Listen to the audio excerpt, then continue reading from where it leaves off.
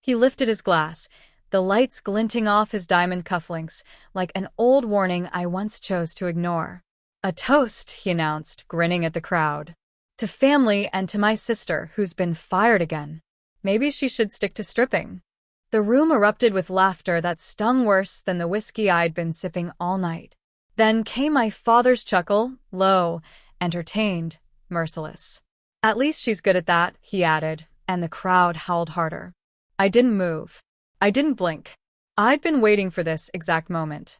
When the CEO walked in, his eyes locked on mine, and every whisper went silent. He had no idea yet. But tonight, he would finally learn who was taking his place. I used to idolize my brother Daniel, the golden child, the smooth talker, the man who could charm his way into any deal, any heart, any lie. He helped me get my first position at the firm, told everyone I was brilliant but stubborn. I thought he genuinely believed in me, until I discovered he was the one who whispered to HR that I was emotionally unstable. That rumor cost me my job. He wanted me gone because I possessed something he craved, the algorithm I developed for the company's data division, the same one that secured his promotion. It was my code, my project, my career.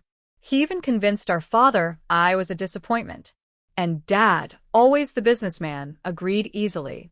"She's too emotional for corporate life." That night, they celebrated my resignation, without me. But I wasn't emotional. I was observing. It began with a simple choice.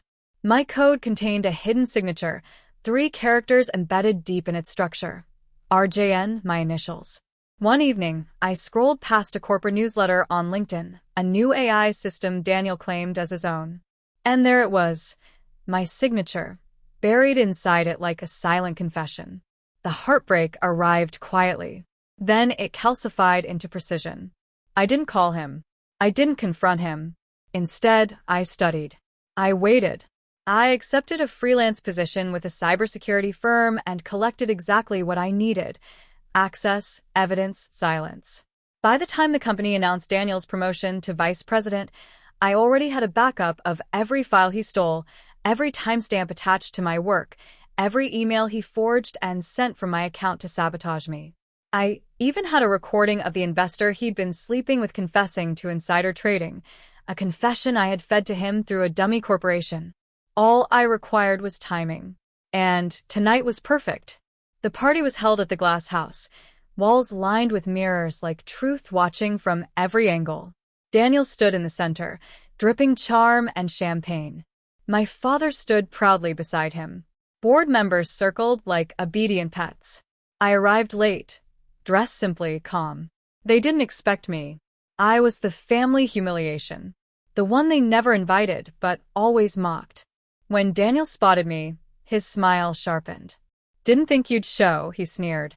"I enjoy surprises," I replied. 5 minutes later, the CEO entered. The room straightened. That was when Daniel raised his glass for that cruel toast.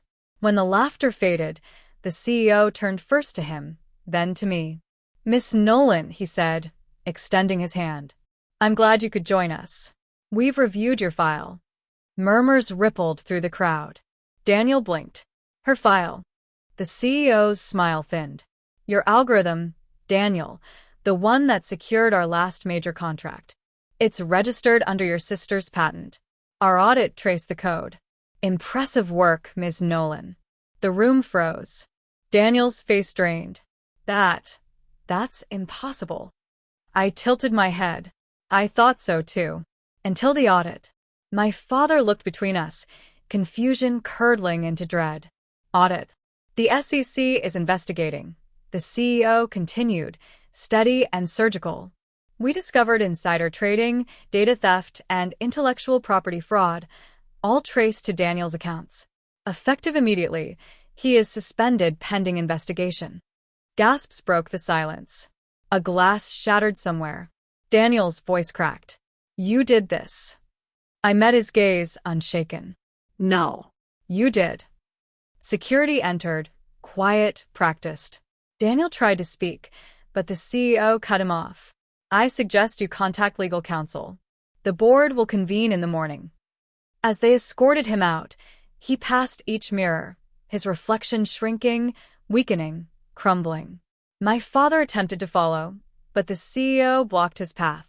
Your daughter will assume his position in the interim, he announced. She built the foundation we rely on. It's time we acknowledge that. My father didn't speak. He only stared at me, the daughter he once laughed at now holding everything he valued. I turned back to the crowd. No cheers. No applause. Just trembling silence weighted by consequence. When I stepped out of that glass monument, the air felt pure for the first time in years. Daniel's empire was built on deception. I simply ensured the truth burned brighter than any spotlight he ever stood beneath. People say revenge doesn't heal. They're wrong. Revenge doesn't just heal, it restores balance. And when he discovered who claimed his place, he finally understood what I was truly good at. Winning quietly,